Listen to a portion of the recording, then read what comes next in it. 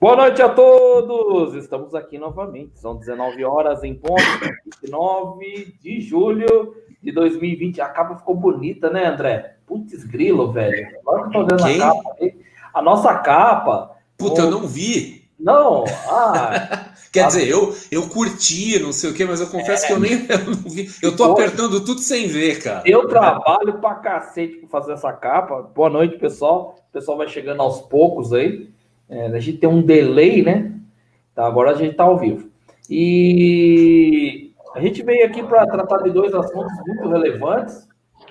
Trouxe o João Paulo e André Massaro, que é presença sempre forte aqui na nossa live, para a gente falar de dois assuntos que são muito relevantes e os dois sabem muito desses assuntos. Eu fico muito até honrado de ter trazido os dois.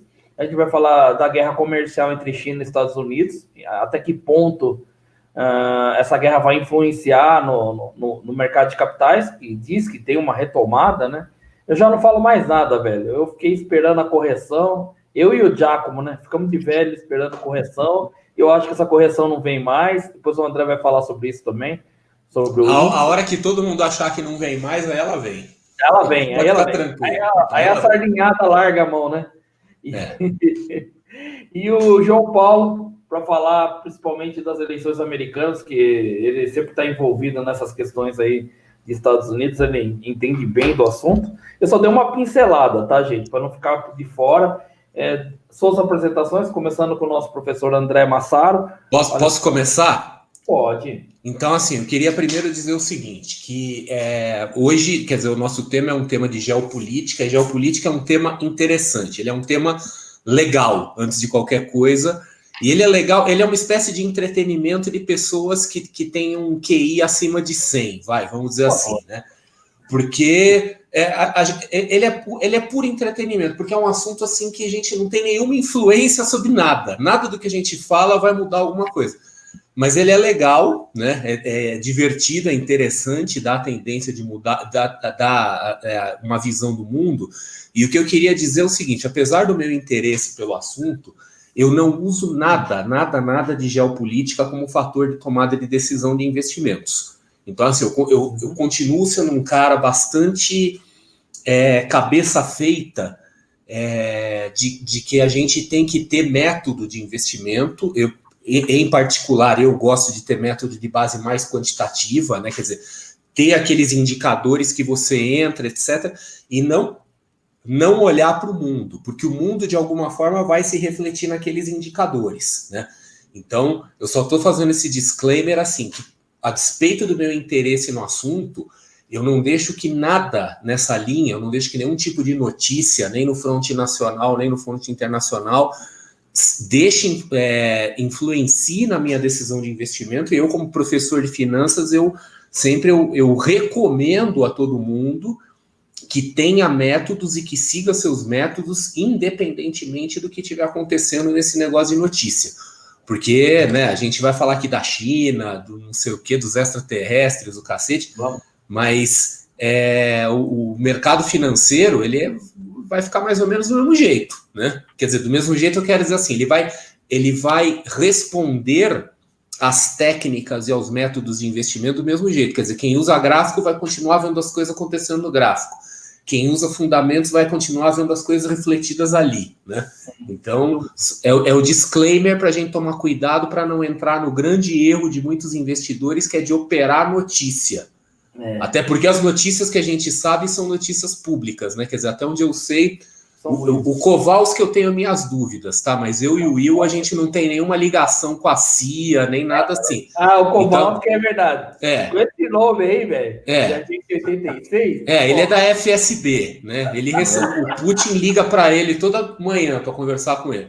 Mas a gente não sabe nada, né? A gente se informa por jornal. Então, é que nem ler horóscopo no jornal, né? E com esse comentário de disclaimer aí que você deu, André, eu me senti o Roger do Traje a Rigor, assim, com um QI acima de 100, né? Por favor, né? O Roger do Traje a Rigor.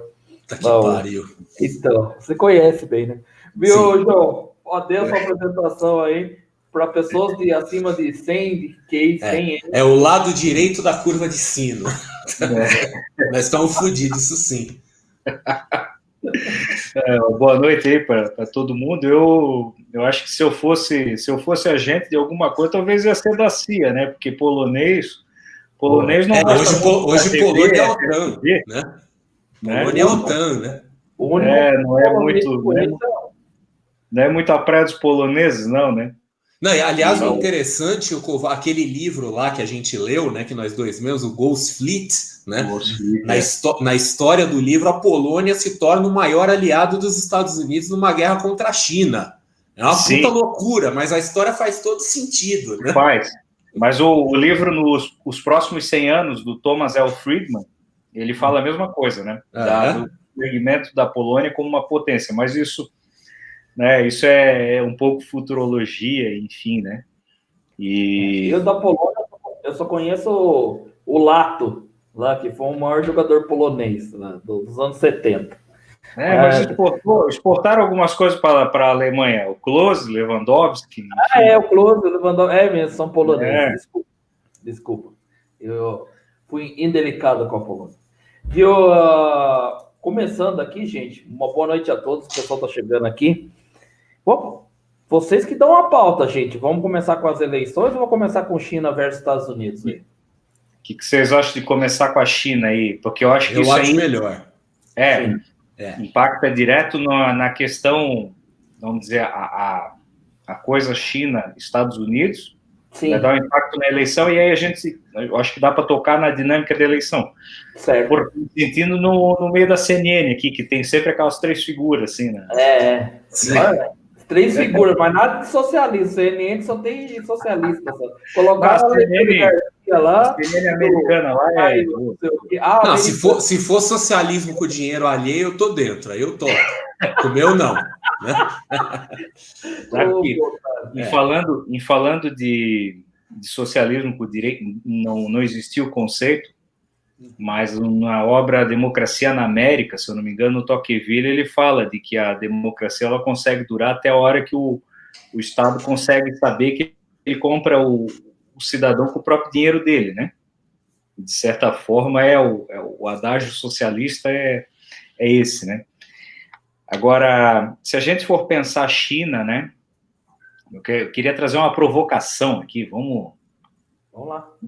Vamos trazer uma provocação, porque a China, na verdade, nós estamos aí, daqui a 2 anos vai fazer 50 anos daquela visita épica do Nixon à China, quando ainda era Mao Tse Tung, né? Ainda era um satélite da União Soviética, e de lá para cá as coisas se transformaram e ela vem, né, hoje, por paridade de poder de compra, já é considerada a maior economia global, mas com o câmbio nominal ainda é a segunda, né? E num crescendo. E aí eu queria trazer uma reflexão aqui, que é isso aqui, ó. Essa matéria, tá? E esse gráfico é do Visual Capitalist, tá? De megaprojetos que a China tem feito ao redor do mundo, né? Olha o tanto, olha o tanto de projeto e onde que eles estão atacando, né? Sim. Aliás, eu quero fazer um comentário sobre isso, tá? Porque a África é um continente muito interessante. A África foi abandonada depois da Guerra Fria. Quer dizer, é para você ver como que o pessoal da África realmente eles estão numa situação super complicada, né? Quer dizer, eles são ignorados pelo mundo, né? Porque quando acabou a Guerra Fria, quando a União Soviética desmoronou, simplesmente todo o mundo virou as costas para a África. Quer dizer, você tinha a presença americana e a presença soviética na África, a União Soviética saiu, os Estados Unidos viraram as costas. E ficou nessa situação até os chineses resolverem entrar, né? Então é aquela coisa assim, realmente eu tenho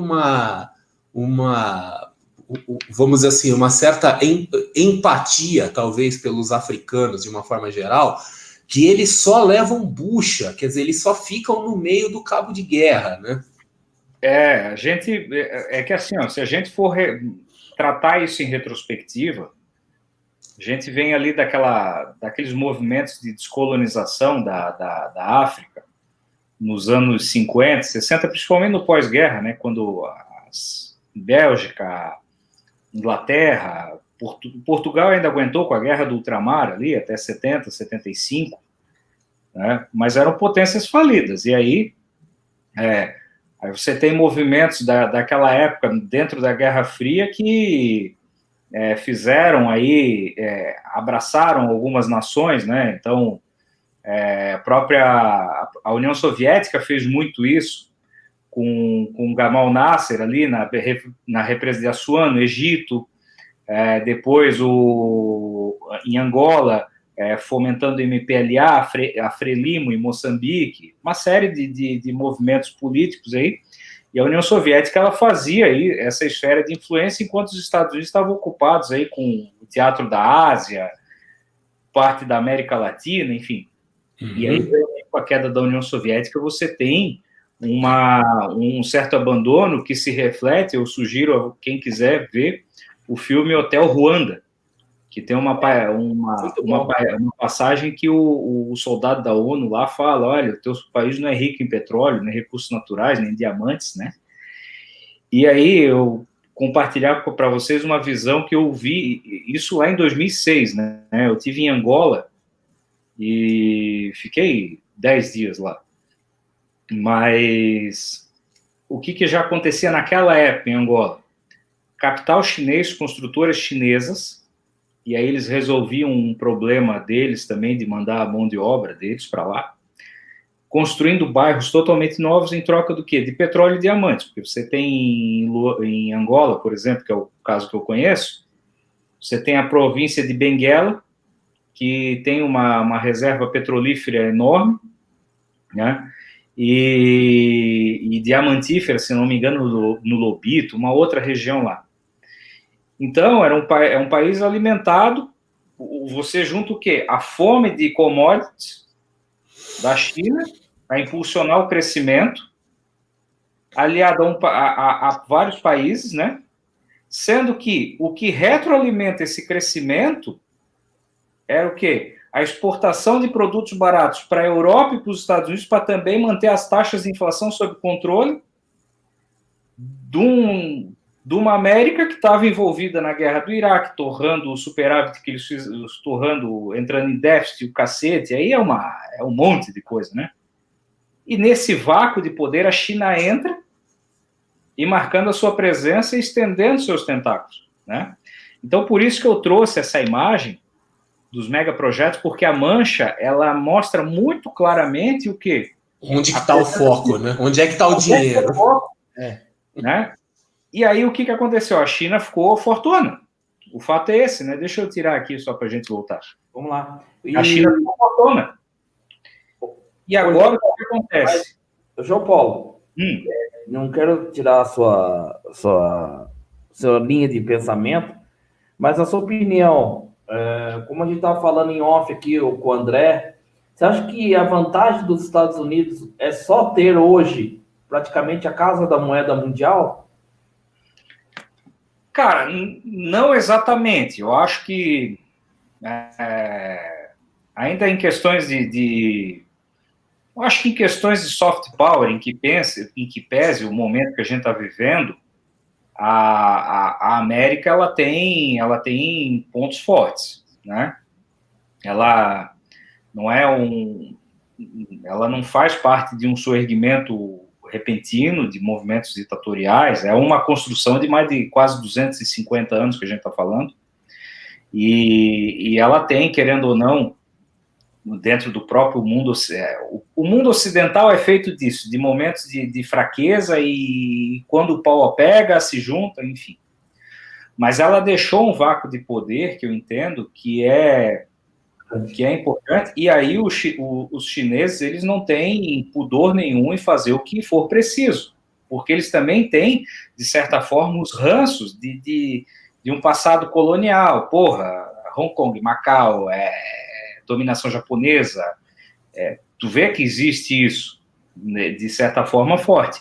Então, agora eles estão com um poder, né, militar, um poder econômico, eles estão indo. Tanto é que tem a construção de ilhotas no Mar do Sul da China, estão avançando com navios pesqueiros nas costas da América do Sul já também. Hoje saiu naquele canal, num outro canal, que é o do Mundo Militar lá, uma coisa só de entrada de barcos pesqueiros, inclusive na Equador, né? Alguma coisa assim. Né, eu vi Equador, por alto, né? Na costa da Argentina já tiveram casos, então a gente tem um movimento muito forte.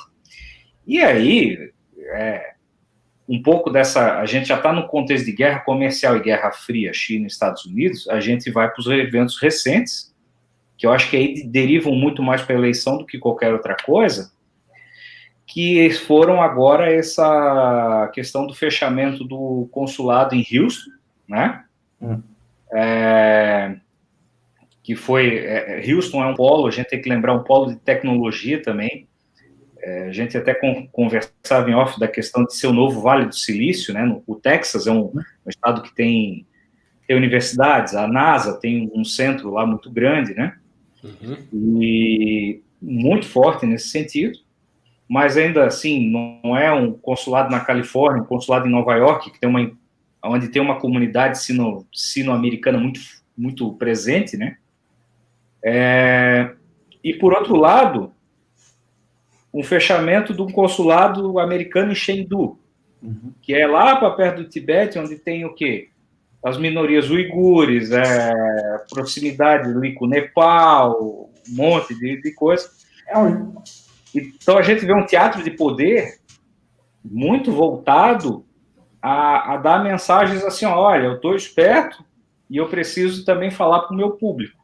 É uma impressão que me passa, não sei se para o André e para o André, ainda essa vantagem monetária que a gente está vendo, cada vez mais dos Estados Unidos tendo a moeda como imprimir moeda infinitamente sem lastro, né, de 2008, naquele primeiro episódio, e hoje, em 2020, novamente, ainda está surtindo efeito, né? Ou essa é a maior vantagem deles? É uma das. Eu achei que não ia surtir, mas surtiu, né? Quer dizer, se você lembra, logo que começou a pandemia, uma live, você e o Giacomo, e a gente bateu o pau na mesa falando assim, não vai dar certo. E deu. A gente errou, né? É aquela hora de falar que nem no jornal, assim, falou assim, erramos, né? Erramos, cara, né? Os caras levantaram o mercado, né? O que a gente vai dizer? Mas assim, os Estados Unidos, então assim, essa questão do dólar ser a moeda fiat, né? Quer dizer, a moeda mundial, eu não vejo solução para isso no curto prazo, não consigo enxergar. Quer dizer, não adianta que com a China fazendo as coisas que eles estão fazendo bullying no Mar do Sul da China, fazendo essas coisas todas, não adianta, eles nunca vão atrair a confiança do capital internacional. Quer dizer, as empresas que estão indo para a China, elas estão indo porque eles querem, é um misto de ganância com excesso de risco, né? Porque eles estão indo porque eles querem explorar o mercado chinês, que é enorme, e estão dando tecnologia, quer dizer, eles estão criando a cobra dentro de casa, né? Quer dizer, você tem executivos e acionistas de empresa que estão tomando decisões para ter benefício de curto prazo, mas que no longo prazo eles podem se arrepender amargamente, porque eles estão transferindo tecnologia adoidado ali. Mas uma coisa é você botar fábrica de carro lá, outra coisa é você levar capital, né? Você levar dinheiro, por exemplo, uma bolsa de valores, etc. e tal. Quer dizer, eu acho que ao menos nas atuais circunstâncias, nenhuma pessoa em sã consciência na face desse planeta vai querer colocar a sua reserva em renminbi, né? Assim, achando que de alguma forma isso possa superar o dólar, né? E aí, só fazendo um pequeno contraponto aí ao negócio que o Kowalski falou, né? Quer dizer, a China tem investido muito na questão do soft power, tem a parte cultural, né? Eu até já comentei dentro do grupo, por exemplo, que, aqui no bairro que eu moro, tem, sem brincadeira, num raio de 2 quilômetros deve ter umas 10 escolas de Kung Fu, tá? O cara que me treina, ele é um atleta da seleção brasileira de Kung Fu. Eu não sou lutador, tá? O cara que me treina com outras coisas. Foi para a China recentemente, inclusive. E eu falo com ele direto, ele não tem acesso a esse tipo de informação, mas assim, eu tenho certeza que tem dinheiro do governo chinês aí. Porque não tem, caralho, não tem tanta gente para fazer Kung Fu, né? Vou reformar lá o cara. Exato. Eu entendo que a China faz uma ofensiva de soft power, sim. Mas a ofensiva americana, vamos dizer, o soft power solidificado dos Estados Unidos, ele não é desprezível na medida em que tem toda uma indústria cultural, em costumes, enfim. O que acontece é que hoje, antigamente você tinha meio que uma sinergia entre setor privado e setor público nos Estados Unidos, trabalhando com soft power. Sim. E hoje momentaneamente, você tem essa coisa que aí envolve a questão da própria eleição americana, e talvez um cansaço, tem um outro livro que fala sobre isso também, de uma certa fadiga dos Estados Unidos fazer esse papel de polícia do mundo, que de certa forma, vamos dizer, encheu o saco, vamos falar da população. Né? Nesse sentido, é que eu digo que aí existe realmente uma questão de uma falha, uma falha, ou de repente um querer um isolacionismo voluntário, de certa forma, que pode causar consequências negativas. Você está falando da parte dos Estados Unidos, com certeza, né? E a China está aproveitando muito essa fragilidade. Basta ver a pandemia, né? Quer dizer, enquanto o Trump ficava falando um monte de merda lá, os chineses e os russos mandando ajuda para a Itália. E outra coisa interessante, Kowalski, eu vou te dar uma lição de casa, se é que você já não fez essa lição de casa, né? A última vez que eu fui para a Europa, foi o ano passado, né? Eu fui num voo da Air China. Tá? Foi um negócio pavoroso, assim, né? Não, eu imaginei já. Não, eu nunca vi. A tripulação do avião só fazia merda, derrubava tudo, os caras atrapalhavam.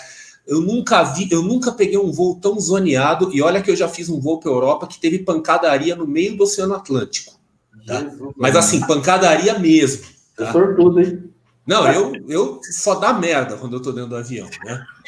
Então, assim, eu lembro eu indo para Londres, não lembro quando aí, uma briga de um time de futebol que tava dentro do avião, uma puta zona no meio do Oceano Atlântico. Pra você ter ideia, esse voo da Air China, exceto pela pancadaria que não aconteceu, foi mais zoneado. Mas assim, eu resolvi assistir um filme dentro do avião, né? Que eu falei assim, já que eu tô aqui, né? Você tá no inferno, você vai abraçar o capeta. Aí eu peguei um filme chinês de ação. Era um filme... Não, era um filme... Eu quero que você assista esse filme, Kowalski, né? Eu não lembro o nome do filme, mas era um filme de ação. Eles copiaram um filme americano, né? Mas assim, era um filme para mostrar uma missão que dizem que... Assim, ela aconteceu, mas obviamente fizeram super romantizada, né? Que foi um resgate que a Marinha Chinesa fez... No chifre da África, ali próximo da Etiópia, de um navio comercial que foi sequestrado por piratas somalis, né? E aí a Marinha Chinesa foi lá e fez uma intervenção. Pirata, né? Exato, mas assim, eu acho que a coisa mais horrorosa que eu já vi na vida... É pior que Hollywood, né? Não, é pior, né? Assim, que o cara pula do avião e cai em si, é pior, né? Então você vê que eles estão se esforçando na questão do soft power. Eventualmente eles vão acertar a mão, né? E o hard power, né? Que eu queria só fazer um comentário assim, né? Que aí seria o poder militar mesmo, né? É aquela coisa assim, a China está crescendo muito militarmente, até por conta da questão lá do Mar do Sul da China, que eles estão sozinhos, né? Quer dizer, ali se sair uma faísca ali, a China vai ter que peitar Austrália, Vietnã, Japão, todo mundo ao mesmo tempo, né? Eles não vão ficar bonito nisso aí. E a China, assim, por mais que eles tenham navios, por mais que eles tenham tropa, tal, eles têm uma grande desvantagem em relação aos Estados Unidos. E é uma grande desvantagem mesmo. A China nunca combateu. Tá? A China, ela tem ela tem o expertise de manter a sua população ali sob controle. Agora, não... Eles nunca foram para guerra assim, guerra moderna, tá? Tanto é que hoje, se você pega militarmente, depois do exército americano, acho que o exército mais preparado é o exército inglês. Sim. Mais até do que Da Rússia. Na verdade, assim, o domínio do mundo envolve duas forças, praticamente, hoje, que é a Força Aérea, né, e a Marinha. Quem tem uma Marinha domina, né? Agora, não que eu ache que vai estourar, eu acho que chega, né? Parece que é jogo de cena isso aí. Porque, na verdade, você tem que, o que acontece é o seguinte, se a gente for parar para pensar aqui, né? Vamos falar de China antes para finalizar a China aí, porque o papo de eleição americana envolve bastante isso. Eu só quero fazer uma interrupção. Eu quero dizer que se eu ganhar muita grana esse ano, a gente vai fazer uma festa de fim de ano na Europa e eu vou alugar um avião. Vai eu, o Kowalski e o Giovanni Finzetto. Nós vamos tudo no mesmo voo. Tá?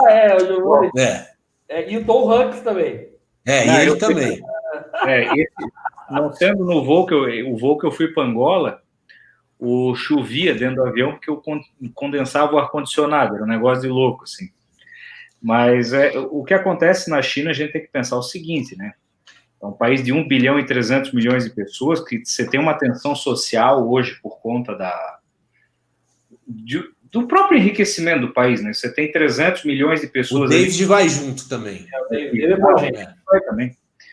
Que vivem muito bem, ou melhor do que a média, e 900 milhões ali numa situação que ainda está para trás, né? Claro que isso gera potenciais, né, para a China, agora gera tensões, e aí é onde a mão forte, enfim, tem que ser colocada. Só para finalizar, em relação à questão do consulado, a gente bate bastante também na questão da inteligência artificial, e aí onde a China e os Estados Unidos estão no maior campo de batalha dentro da tecnologia, e aí a desculpa americana é da espionagem, e realmente deve existir, não é de hoje.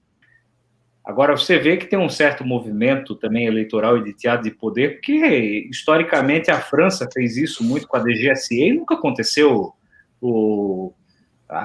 nunca foi mandado fechar um consulado em Nova York, por exemplo, um consulado da França. A França faz espionagem industrial a rodo com a DGSE, não é notório, só que eles fazem espionagem e ainda fabricam aquelas porcarias, aqueles carros deles, enfim. Então, eu vejo muito um teatro dentro de coisas de poder que interessam aos dois atores donos do poder, tanto os líderes da China como dos Estados Unidos nessa história, né? Eu enxergo, de certa forma, que é uma briga que interessa aos dois lados, que estão no poder hoje, né? O André falou uma coisa, João Paulo, que me chamou a atenção. Eu acho que, antes de tudo, antes desse embate mundial, está vendo comercialmente de Estados Unidos e China, a China ainda tem algumas questões que vão, daqui para frente, com essa evolução, né, industrial e essas coisas, eles vão ter muito problema dentro de casa, né, com o problema social mesmo, essa camada de padrão, né, as pessoas subindo. Aqui no Brasil, a gente teve esse problema que o pessoal subiu com o Bolsa Família, depois desceu tudo de novo, o crédito podre. Imagine num país como a China, esse tipo de organização, entendeu? Sabe que Will, claro, guardadas as devidas proporções e o tempo, eu vi uma vez, eu não me lembro quem que falou sobre isso, que o ponto de virada para a União Soviética começar a decair, e geralmente as coisas caem por dentro, né? Uhum. A própria fonte de uma certa perda de protagonismo americano é interna, né? A China cresceu muito também em cima de um avanço sobre a Europa, porque a Europa também permitiu a isso. Ela fica fazendo aquele papel de bobalhão deles ali, de União Europeia, enfim, mas não se resolvem. É uma coisa que é um Frankenstein. Aquilo lá é para inglês ver, né? Até um amigo meu falou assim, William, agora tá bom para ir para a Grécia. Pelo menos a turma trata a gente que nem gente. Quando você ia para a Grécia no tempo bom, o que a turma fazia? Não dava nem bola para você, porque o que os gregos faziam? Eles ficavam 3 meses de férias e trabalhavam 8 meses, entendeu? Não olhava para sua cara. Toda aquela questão. Aí trata bem todo mundo e o caramba quarto. Aconteceu isso lá, aconteceu em Portugal, entendeu? Aí o que acontece? Eu queria trazer esse ponto de virada, pelo que falam, foi a Olimpíada de 80 em Moscou, porque o que aconteceu? Na Olimpíada de 80, na época do Brezhnev, eles tiveram que abrir as portas da União Soviética para milhares de ocidentais que vinham bem vestidos, que tinham bons relógios, que tinham bons sapatos. Verdade. E aquelas pessoas, os moscovitas, viam tudo aquilo e, peraí, mas por que nós não temos, né? Afinal, era tão maravilhoso, né? Sim, porque se passava para eles a ideia de que todo mundo era pobre no Ocidente. E eles eram os bem de vida, né? E essas tensões internas acabam por implodir por si mesmo. Então é interessante ver como isso pode também ocorrer, né? A gente sabe que são tempos diferentes, são sociedades diferentes, mas tensões internas são bem possíveis e eu não descartaria eventos no futuro de tensões maiores internas, inclusive de pressões. E quando você tem um grupo como o Politburo ali, é muito fácil, de repente, alguém tentar e sacar, enfim, tirar. Eu não... Ô André, essa questão que o João Paulo levantou, da questão interna da China, é um problema muito recorrente, é um problema que vai dar muito trabalho e em décadas acho que não se resolve tudo isso. Eu achei que isso já devia ter acontecido e não aconteceu, tá? É que nem a queda da bolsa, né? Um monte de gente está antecipando e essa porra não acontece. Não. E eu, por exemplo, eu já tive a oportunidade de conversar aí com alguns chineses, né? Principalmente aí trocando mensagem tipo no Quora, né? Em redes sociais, assim, né? E tudo bem, eu sei que a gente está falando com um chinês de classe média, quer dizer, um cara mais ou menos instruído. Mas duas vezes me aconteceu do cara, assim, de eu ver pergunta do tipo, olha, né, ou perguntar, falei, e aí, como é que é? Vocês não imaginam a China evoluindo para uma democracia estilo ocidental? E o cara rebater algo do tipo assim, mas democracia estilo ocidental para quê? Para a gente virar o Brasil, né? E aí eu fico sem ter o que falar, né? Aí eu não tenho palavras, né? Porque o argumento do cara é correto. Quer dizer, os países latino-americanos que fizeram uma transição rápida para a democracia falharam.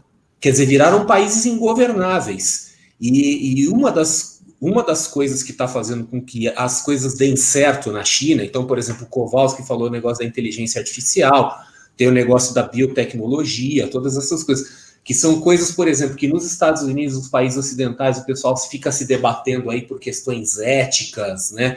Aquela coisa toda, não sei o quê. E na China, não, o governo manda fazer, cara, né? Então, assim, não vamos mandar uma nave espacial para a Lua porque vai usar dinheiro do contribuinte, que é para fazer com isso, com aquilo. Não, chega o governo chinês e fala assim, é para mandar a nave para a Lua no ano que vem, foda-se, né? Quer dizer, façam. E eles fazem, né? Então, assim, nesse tipo de coisa, inclusive a imagem que a China está tentando vender para o mundo, o Vladimir Putin ajuda muito nesse sentido, é de que, no final das contas, a democracia é anarquia, né? É essa a ideia que eles tentam passar, que o modelo político chinês acaba sendo um modelo superior, né? E assim, aqui entre nós, tá? Aqui entre nós, quem é o grande capitalista do mundo que no fundo não admira, por exemplo, o modelo de governo da Singapura, né? O modelo da Singapura eu conheço mais ou menos bem, porque o livro do Lee Kuan Yew, né, que é o chefão lá da Singapura, a versão brasileira dele foi traduzida pela minha mãe, né? E eu revisei, então eu li aquela merda de trás para frente, né? Conta para nós. Não, é um modelo assim politicamente extremamente autoritário, mas economicamente totalmente liberal, né? Você pode fazer o que você quiser. Corrige se eu estiver errado, Massaro, mas Singapura era parte da Malásia e praticamente a Malásia ajudou eles, né? Porque não queria. E tão pobre que era pobre. Sim, é uma ilhota, né? A Malásia injetou os caras para longe. Né? E eles foram. É que o modelo asiático tem uma coisa cultura coletiva também, que é diferente, né? E eles falam muito como é que você faz eleições multipartidárias para, por exemplo, 1 bilhão de pessoas, né? Sim. Apesar que a Índia faz, né, de certa forma, isso. Então, para eles é uma coisa que não entra. E a gente tem exemplos no próprio, não é o Ocidente, mas a própria Rússia, né? A transição pós-União Soviética ali, ela fez brotar o Putin, que é um autocrata, né? É aquela tradição de Pedro Grande, Ivan Terrível, Catarina, enfim, né? O que reforça a minha visão de que o russo é um brasileiro mal-humorado, né? No sentido assim, ele precisa de um líder. É que nem a gente precisa de um líder. Você tem que ter o líder carismático que aponta o dedo e fala é para lá, né? Inclusive o Rui, que ele está falando aqui das pastelarias de Atibaia, né?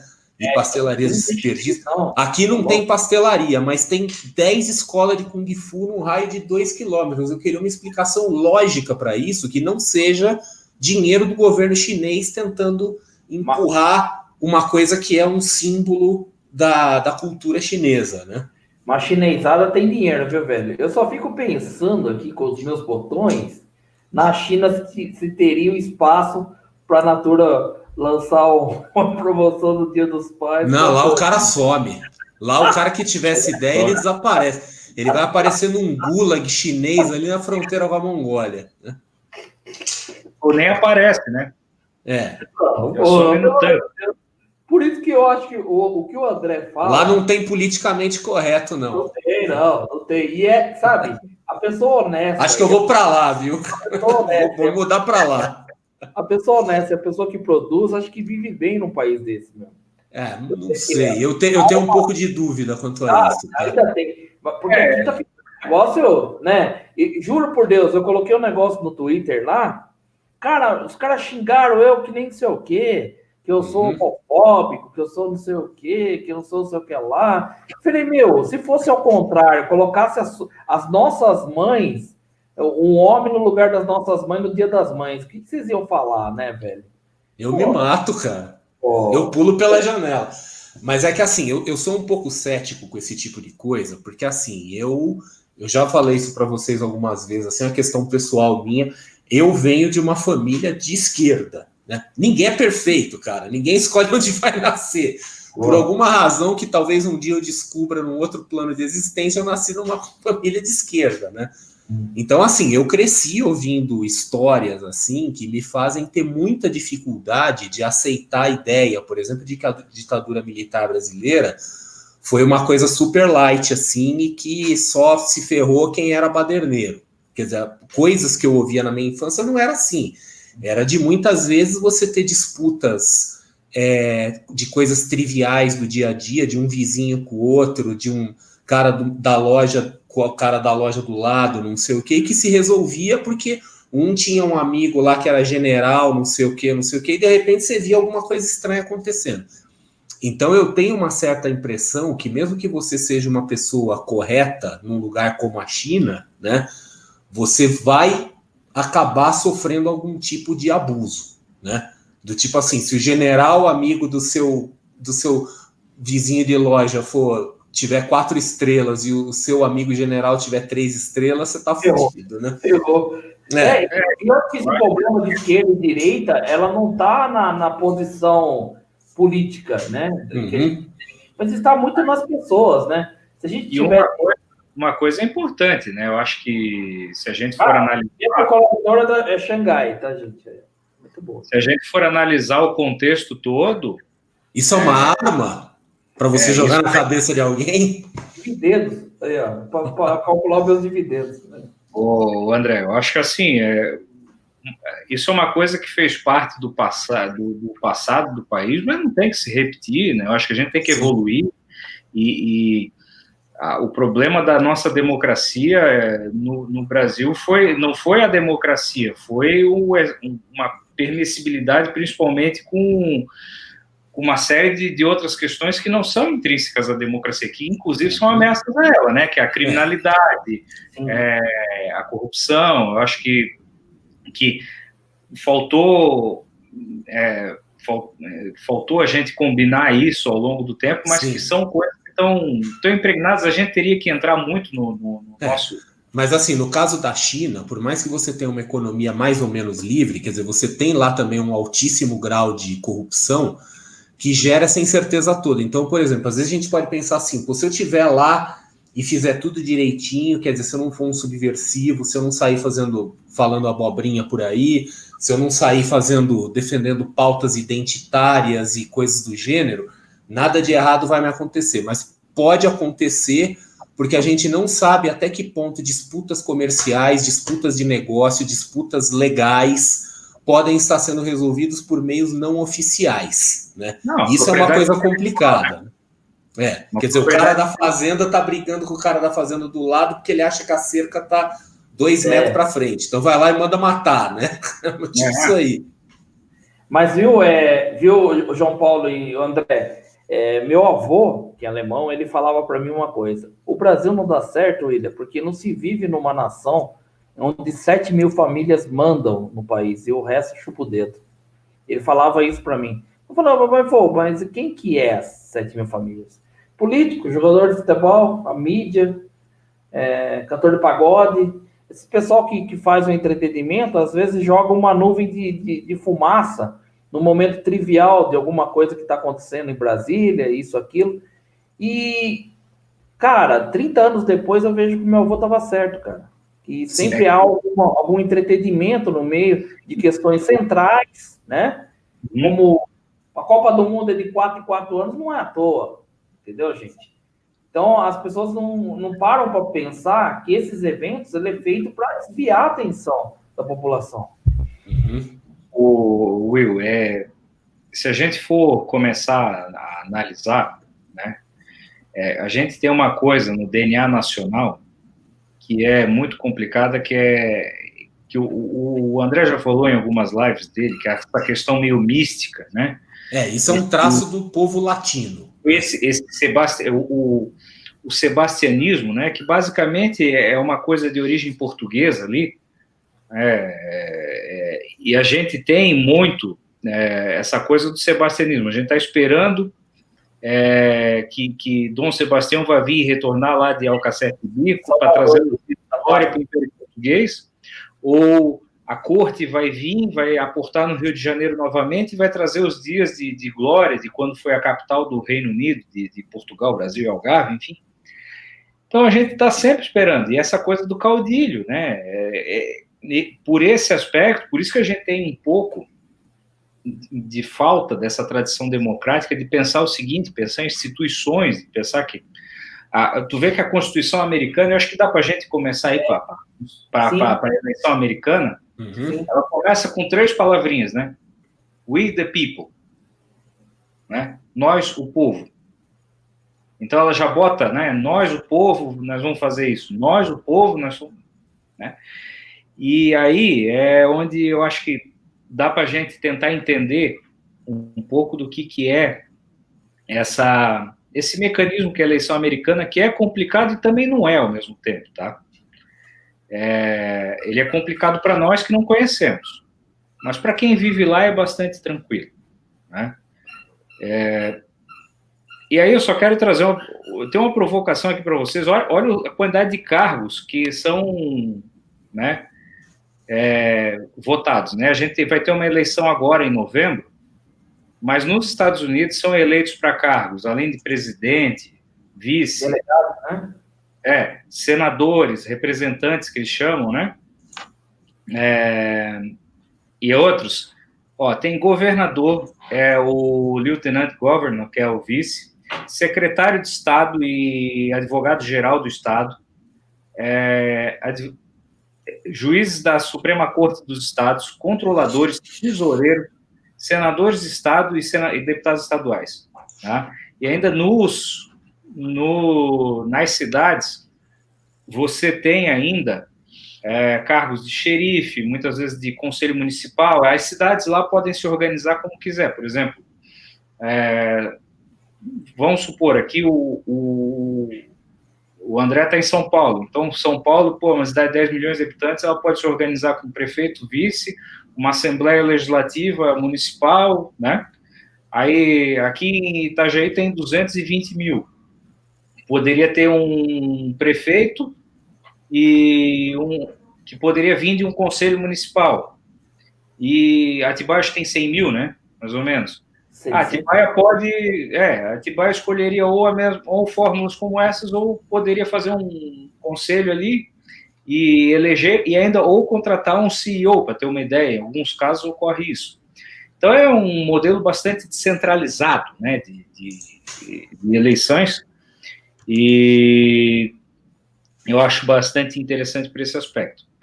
Mas olhando para trás, né, quando eles fundaram o país lá, fizeram as primeiras eleições, eles pensaram o seguinte: bom, era um país de muitos analfabetos também, Washington era fazendeiro, Thomas Jefferson possuía escravos, então não eram pessoas assim avatares que desceram, tal como Buda, Cristo, enfim, que vieram trazer uma mensagem de paz e iluminação para a humanidade. Não, eram pessoas com defeitos, enfim, e que tinham seus jogos de poder também, né?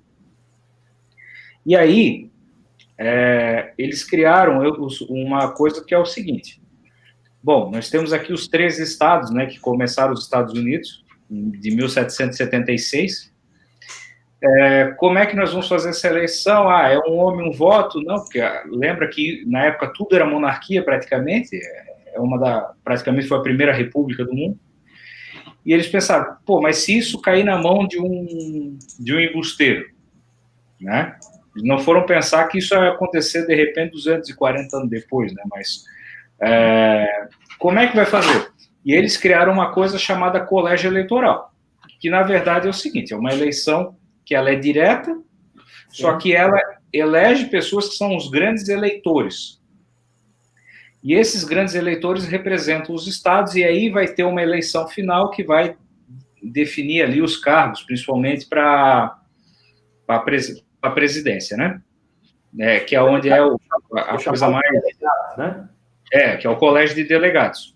Uhum. Então, hoje são 538 que são proporcionais à população, sendo que tem estados menores e estados que depois à medida que vai crescendo, vão ficando maiores. Então, a gente tem desde 2, que se eu não me engano é o Distrito de Colômbia, até 55, que são a Califórnia.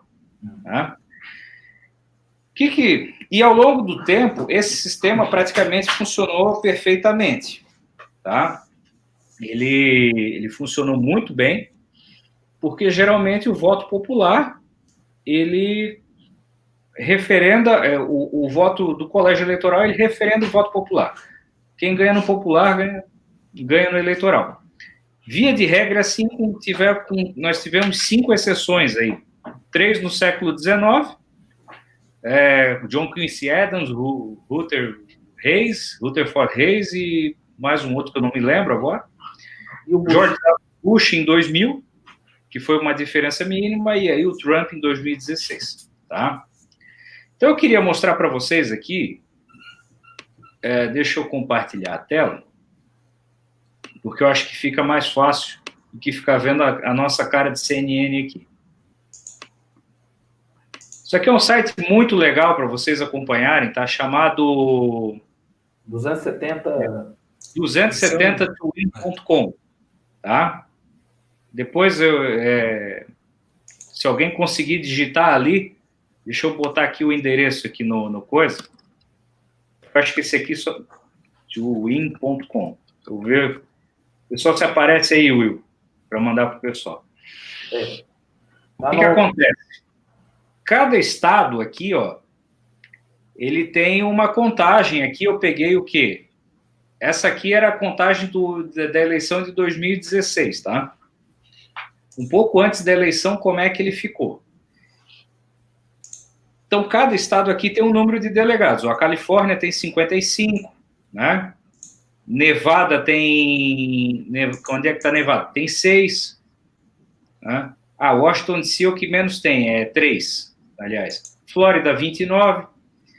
E aí você tem uma coisa que é o seguinte: além desses candidatos aqui, além dos 2 principais partidos, você tem uma série de outros partidos, tá? Pequenos. Mas quem manda é o Partido Republicano e o Partido Democrata desde o século XIX.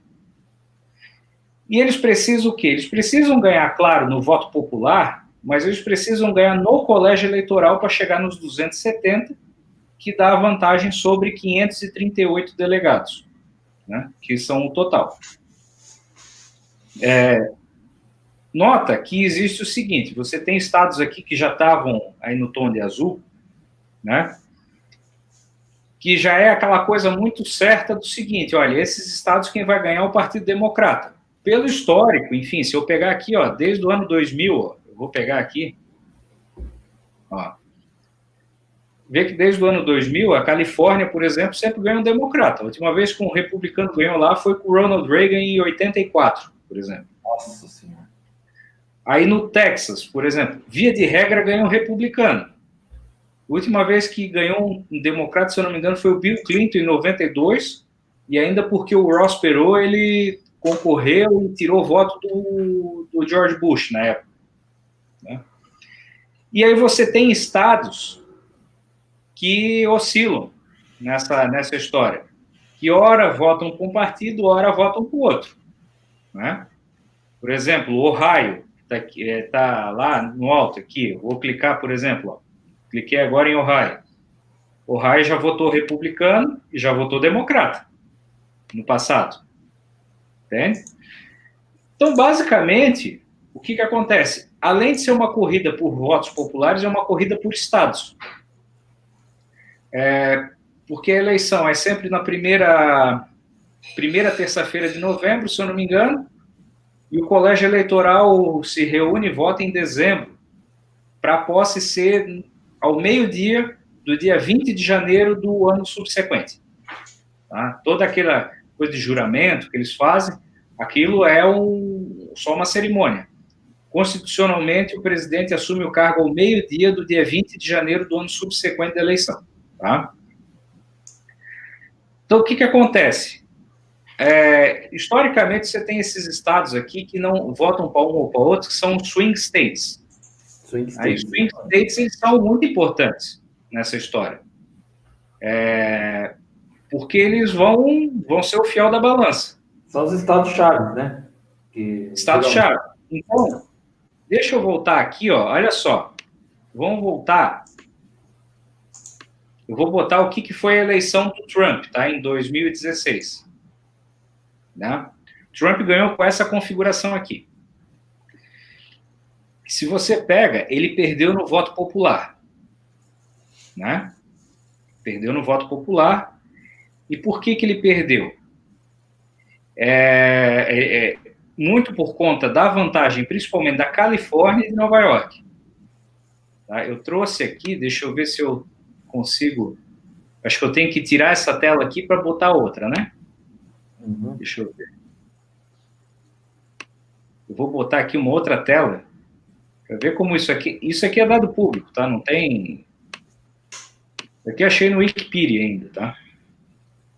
Ó, vê que tinha outros candidatos aqui, ó. Então, a Califórnia, por exemplo, a Hillary Clinton fez 4 milhões de votos de vantagem. Basicamente, em Nova York, 1,5 milhão. Basicamente, a vantagem dela no voto popular, e aí, ó, aqui, ó, cada estado tem ali, né? Vermelha, a vitória do Trump, e azul a vitória da Hillary Clinton. Ó. Ela fez 65 milhões de votos, e o Trump 62. Só que o que acontece? Vamos voltar lá para outra tela. Na configuração dos estados, tá? O Trump conseguiu ganhar em mais estados que garantissem delegados, ou seja... 306, né? O que esse sistema faz? Ele gera um sistema de freios e contrapesos que não garante a proeminência também de estados muito populosos, como é o caso da Califórnia. Um candidato à presidência dos Estados Unidos, ele tem que olhar para os estados, por menores que sejam. Ele tem que vir aqui e olhar, por exemplo, para Vermont, ou para New Hampshire, aqui, né, que são esses estados menores. Porque se ele não olhar, ele pode realmente perder votos importantes. E aí você tem essa situação aqui, que foi a situação de 2016. Né? Qual que é a configuração situação que eu enxergo hoje. Uhum. Oi, Will.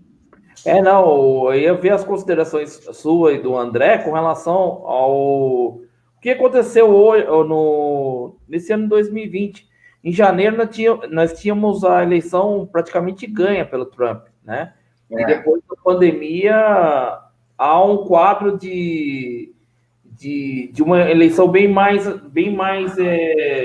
concorrida, no caso, né? A gente vai ter uma eleição bem mais apertada, tanto no votação popular como na votação dos delegados, né? E pode ser que o raio não caia de novo na segunda vez, que foi o que aconteceu com a Hillary, né? Que o pessoal já dava a eleição dela como certa e o Trump foi uma surpresa. Isso mostra que é sempre complicado a gente cantar a vitória antes da hora, né? Mas também mostra que é complicado cantar a vitória do outro lado.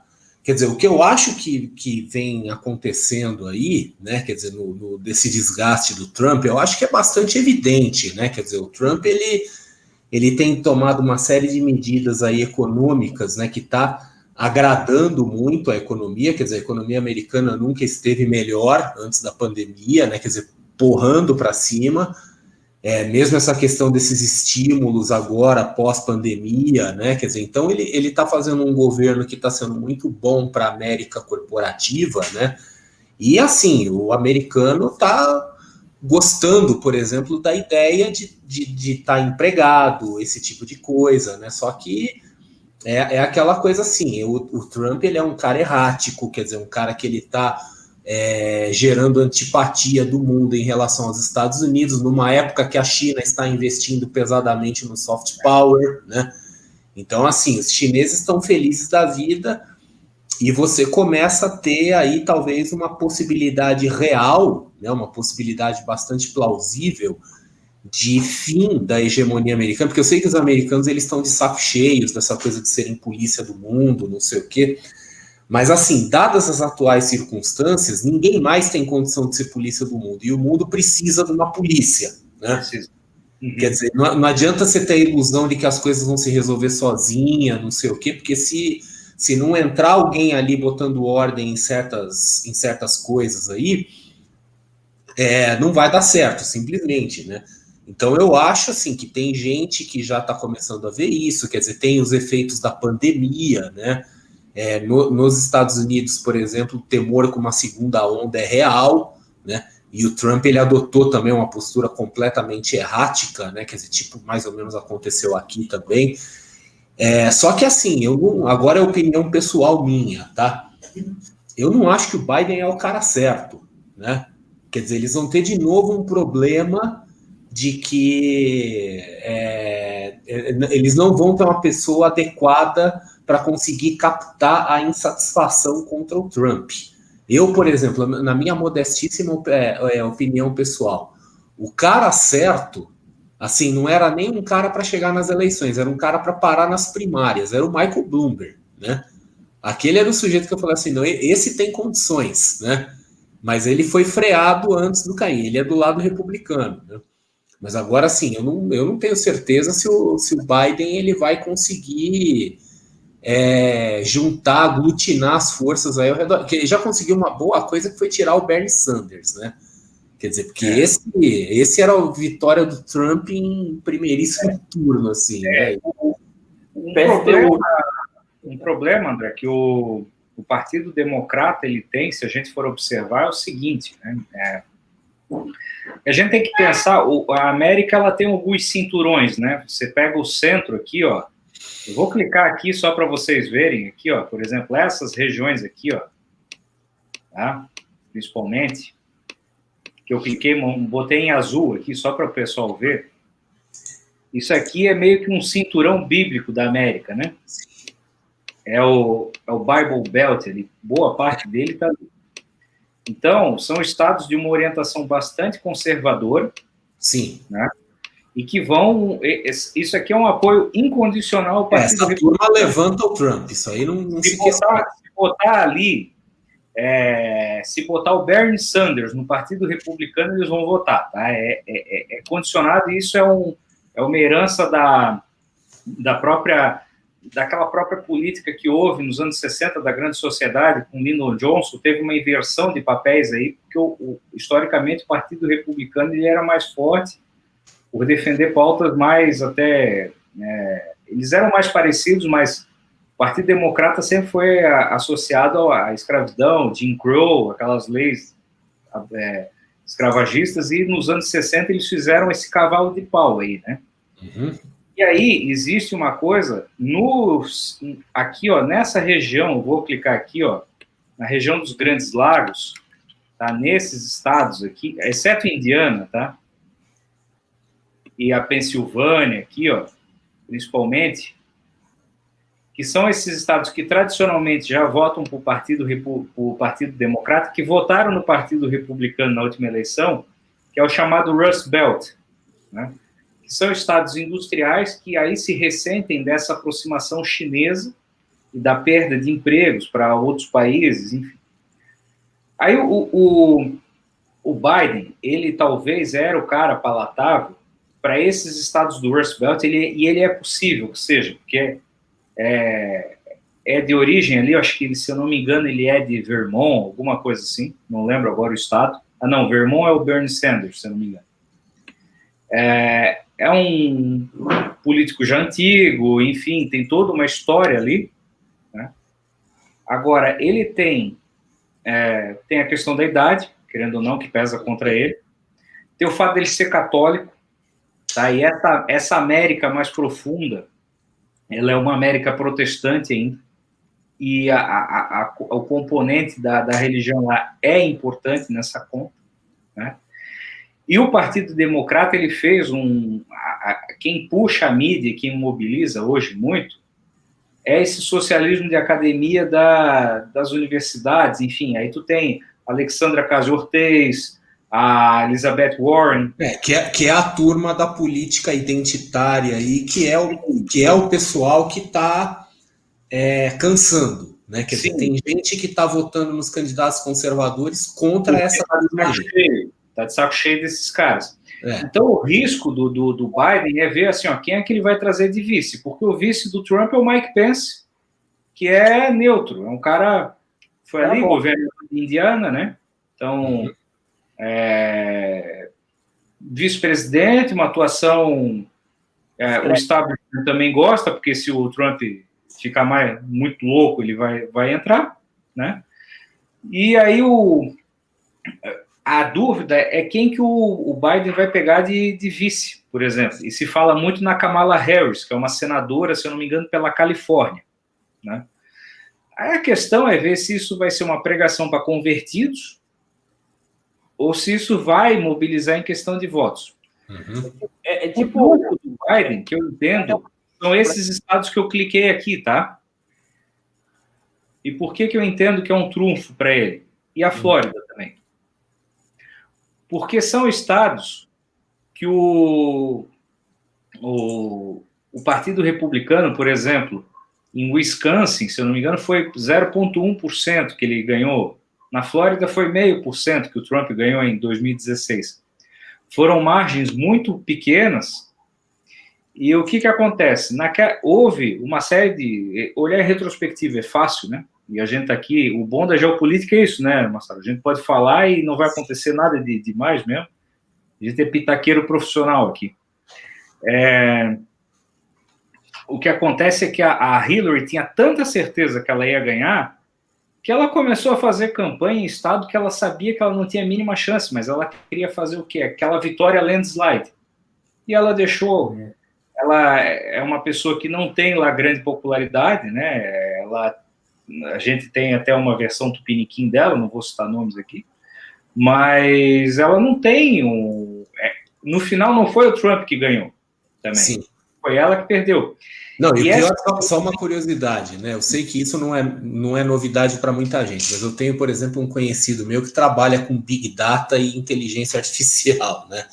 E ele faz muito acompanhamento de mídia social, de palavra-chave, etc. Eu lembro, esse cara... Eu lembro que ele chegou para mim e falou assim, ó, o Trump vai ganhar, né, antes.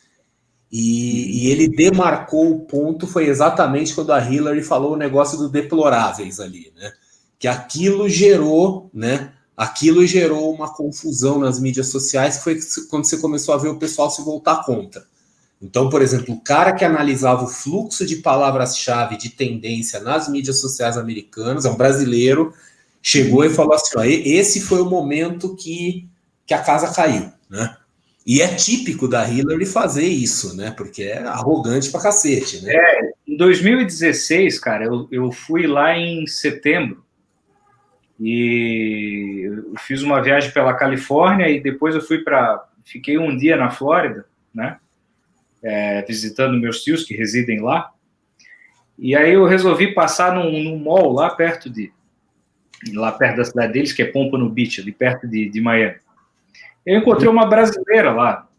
Aí ela, não, vai ganhar, eu perguntei, ela, não, vai ganhar o Trump, Trump, eu olhei, meu Deus do céu, será que é? E no final, eu lembro, assim, da cobertura, da noite da eleição, foi uma coisa bem sui generis. Mas a eleição, essa eleição ela é muito importante por um outro detalhe também, que a gente tem que lembrar. Deixa eu tirar a tela aqui. Vamos lá.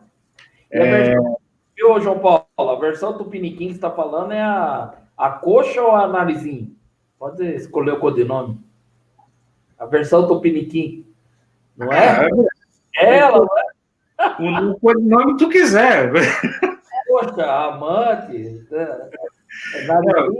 Não, eu não. Para mim não é essa, não. Eu não sei quem é a primeira, mas a segunda eu sei que não é. Não é essa? Não, eu acho que. Depois você fala para nós em off. Mas... Eu já falei. Não, é aquela. É aquela que eu falei. Sim. Então, o que acontece é assim, ó, essa eleição, ela tem uma importância muito grande também, porque a gente tem... o fato do Trump ter sido eleito, ele impediu uma mudança profunda na Suprema Corte Americana também.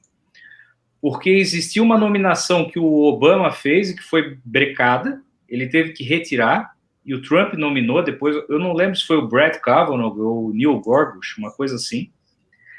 E aí, naquele ano seguinte, morreu o Antonin Scalia, que era o cara mais conservador da corte. O Antonin Scalia era o cara que, assim, ele fazia boa parte dos falcões ali da época do George Bush ser de esquerda, vamos dizer assim. E muito inteligente, enfim, era um gênio mesmo da área jurídica. E aí, o que acontece? Hoje existe uma dos justices lá, que é a Ruth Bader Ginsburg, ela está com 80 e poucos anos, foi nomeada pelo Bill Clinton, e uma reeleição do Trump, com certeza, ela vai sair. E isso pode jogar a Suprema Corte americana muito mais para uma direção e outra. E a Suprema Corte ali tem decisões que influenciam por décadas, né? Basta ver a questão do aborto lá, Roe versus Wade, enfim. João Paulo. Então, é uma eleição crucial, não só e além de tudo isso, tem Congresso, enfim, mas é uma eleição que pode definir os rumos também, não só do Executivo e do Legislativo, mas do Judiciário americano. E dentro desse contexto que a gente está com.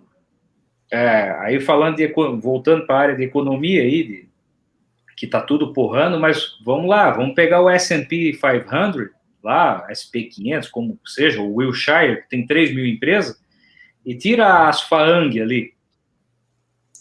Se você tirar, elas distorceram demais, né, cara?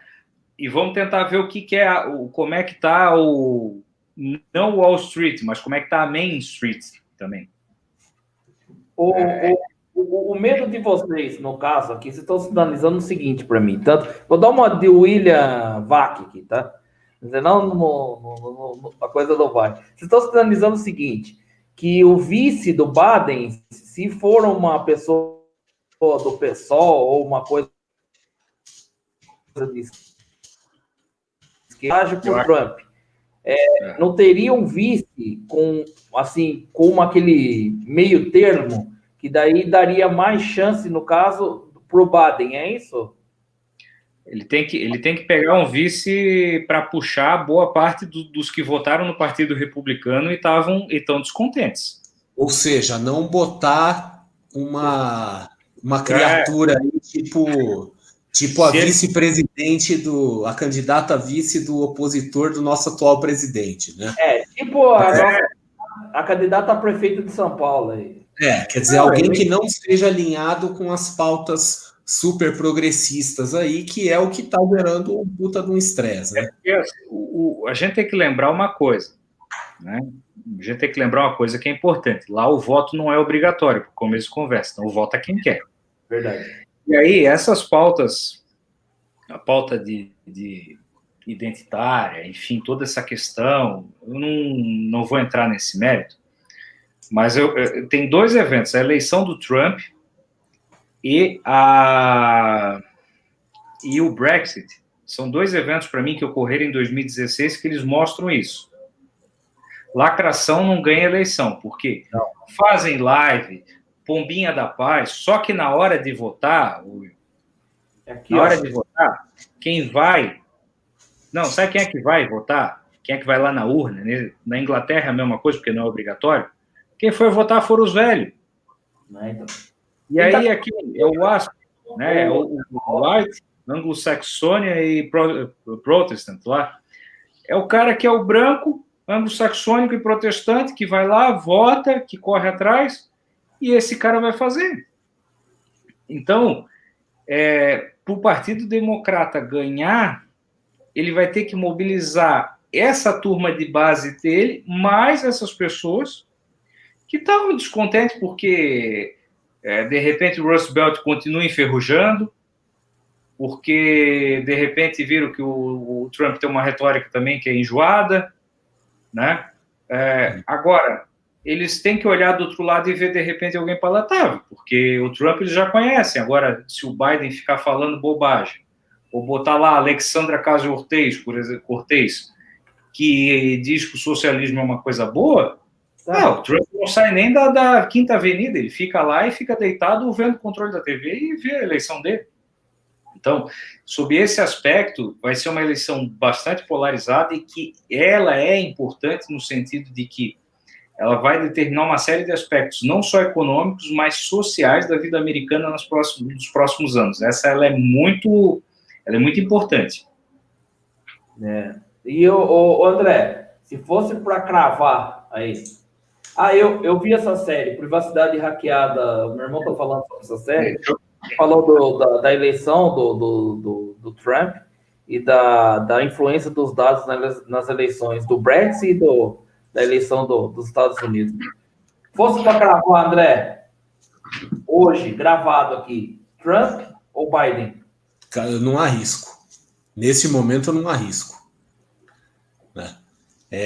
Até por conta do histórico, né, da primeira eleição. A primeira eleição foi uma coisa muito surpreendente, assim, né? Tudo bem. Eu sei que agora, em retrospectiva, é óbvio, né? Mas foi um negócio muito surpreendente. Eu não arrisco. Eu vou dizer uma coisa para vocês que vai soar estranho, tá?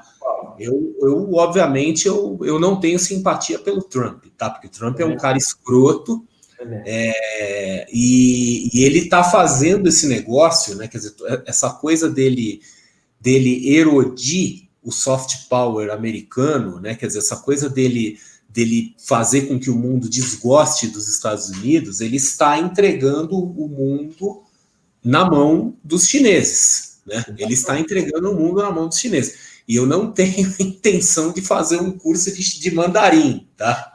Eu também não.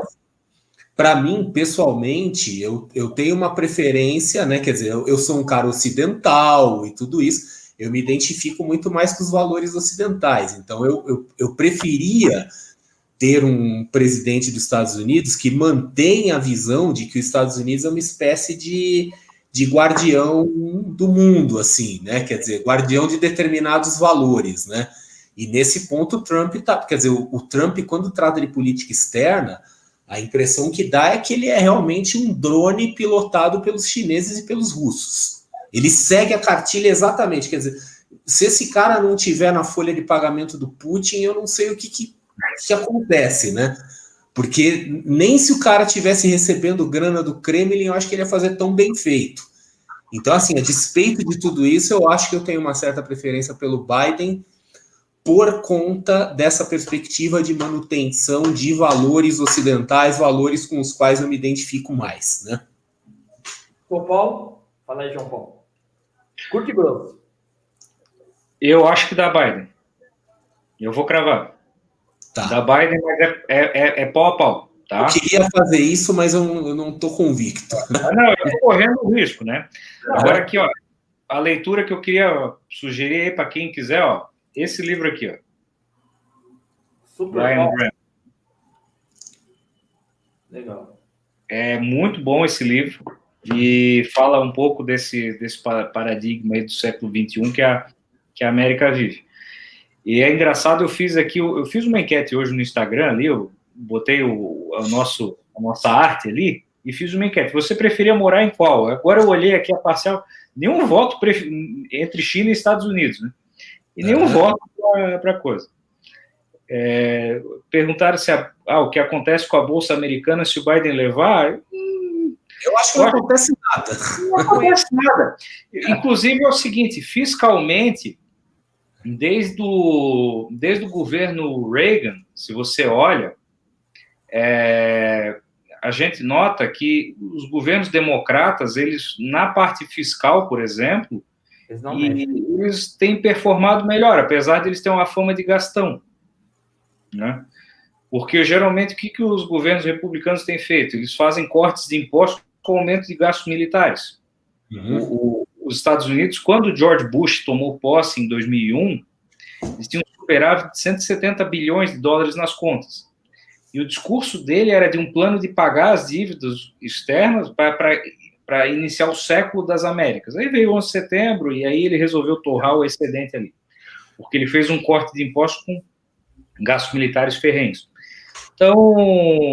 O Trump, no fim, ele nem pegou tanto no gasto militar, mas ele pegou a pandemia pela frente, que foi pior, né? Bem pior. Então, a questão, por exemplo, fiscal, eu acho que, por exemplo, o Partido Democrata é melhor, hoje em dia. Mas, em questão de regulações, o Partido Republicano é muito melhor. Sim. O problema não é o Partido Republicano, o problema é o Trump. É o indivíduo. Né? Não, se tu pensa, se tivesse o próprio Mike Pence, quando tu vê ele falando, é outro nível, né? O Mitt Romney, que concorreu contra o Obama em 2012, né? O John McCain, quer dizer, era um nível de coisa, né? O George Bush, pai, ele foi um presidente que ele tinha uma atuação de altíssimo nível, ele conseguiu... Aí tu vê como é a contradição da coisa. Ele derrubou a União Soviética sem dar um tiro, ganhou a guerra do Golfo e perdeu por causa da economia, né? E perdeu por causa do Ross Perot em 92, na verdade. Ele perdeu por causa do Ross Perot. As eleições definidas em detalhes nos Estados Unidos. A própria eleição do Bush pai, ponto de virada foi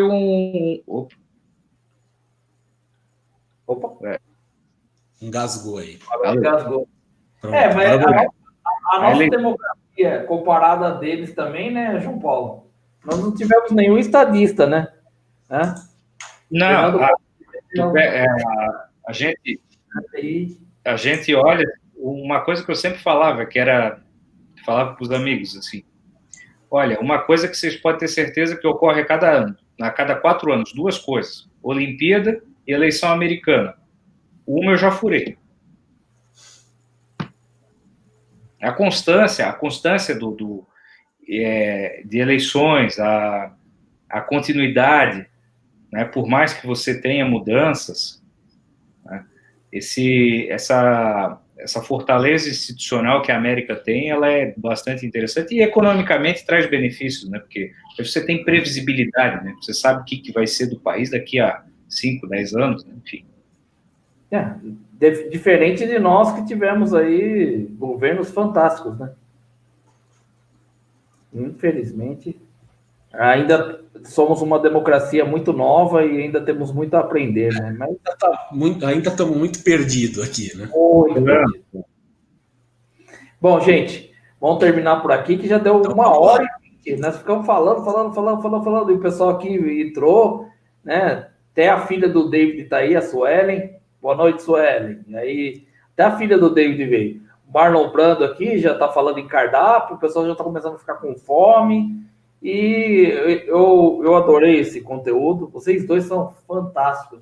Realmente uma aula de história, uma aula de conhecimento aí de dois viajantes do mundo, né? Hoje foi um dia prolífico em falação de abobrinha, né? O dia inteiro. Lá no grupo foi demais, né? No grupo tava foda. Foi muito bom, né? Foi. Gente, é isso aí, né? E eu agradeço muito a vocês aqui por estar com a gente. E 70, 80 pessoas com a gente o tempo todo aqui. O pessoal cansou um pouco, né? Eleição americana pode ser um fato que, para algumas pessoas que são mais leigas, é desinteressante. Mas ele é interessante para o resto do mundo. A gente sabe ele vai impactar a gente de um jeito ou de outro. É problema nosso. Aliás, a eleição deles talvez seja pior para nós do que a nossa própria, né? Sem dúvida. Quem que vai comandar isso, né? Bom, vocês dois falaram Biden, e eu vou falar que acho que o Trump vai levar essa aí, né? E sei lá, né? Vamos ver qual vai ser em novembro, não, João Paulo? Novembro. Vai, acho que é 4 de novembro. Agora não me recordo, mas acho que é 4 ou 7 de novembro, não. Deixa eu ver aqui, outubro, novembro, dia 4 de novembro, 3 ou 4 de novembro, é uma terça-feira, geralmente. Beleza. Então, gente, ficamos assim, agradecemos a todos aqui, dê as suas considerações, os seus boa noites, primeiro Thanos e depois o João Paulo. Vamos lá. Então é isso aí, pessoal, boa noite e preciso ir no banheiro. Eu preciso papar. É hora do jantar também. Obrigado, boa noite. Vamos rápido, porque um tem que jantar, o outro tem que ir pro banheiro, né? Beleza, então. Vambora. Tchau, gente. Valeu, gente. Valeu, gente.